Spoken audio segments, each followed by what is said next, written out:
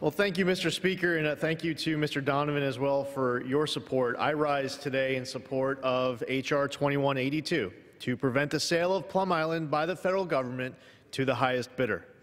Situated at the gateway of the Long Island Sound, I've personally had the pleasure of visiting this treasured island. In addition to being a critical resource for research, approximately 90% of the land on Plum Island has been sheltered from development, offering Long Island a diverse wildlife and ecosystem and a critical habitat for migratory birds, marine mammals, and rare plants.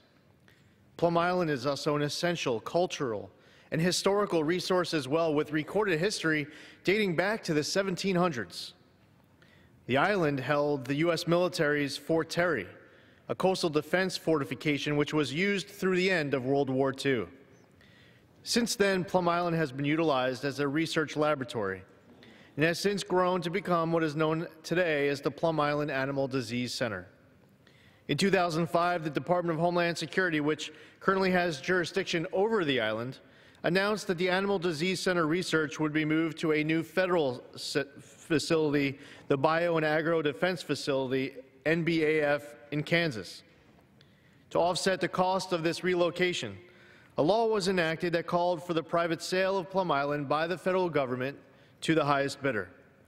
However, because of the costs associated with the cleanup and closure of Plum Island, and because of local zoning restrictions, the federal government would receive little compensation for the sale of Plum Island.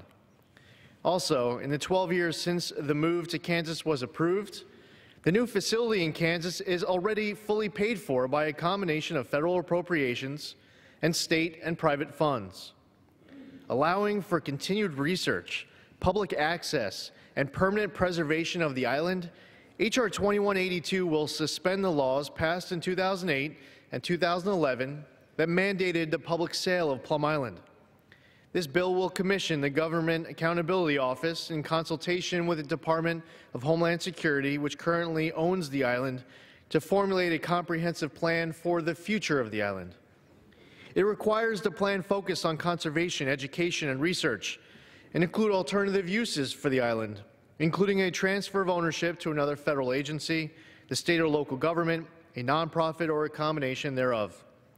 In the 114th Congress, this bill passed the House unanimously with bipartisan support as H.R. 1887.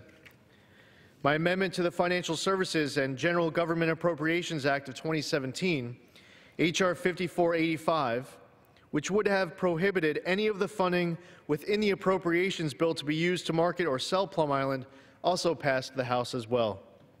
I would like to thank the other members of Congress who have co-sponsored this legislation and lent their support to this cause, especially my colleagues from Connecticut, Congressman Joe Courtney and Congresswoman Rosa DeLauro. I would also like to thank House Majority Leader Kevin McCarthy for bringing this bill to the floor, House Homeland Security Chairman Michael McCall for all of his incredible leadership, and all the local elected officials, groups, and concerned residents on Long Island who have taken an interest on this important issue. This bill is endorsed by the Preserve Plum Island Coalition, an alliance of over 65 community and environmental groups in New York and Connecticut focused on the conservation of this island.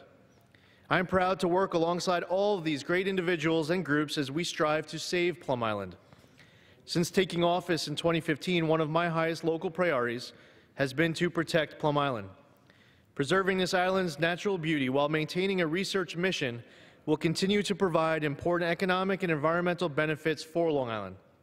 I encourage all my colleagues to vote in support of this critical bill, as well as for the Senate to pass this legislation so that it may be signed into law this year. Thank you, Mr. Speaker, and I yield back.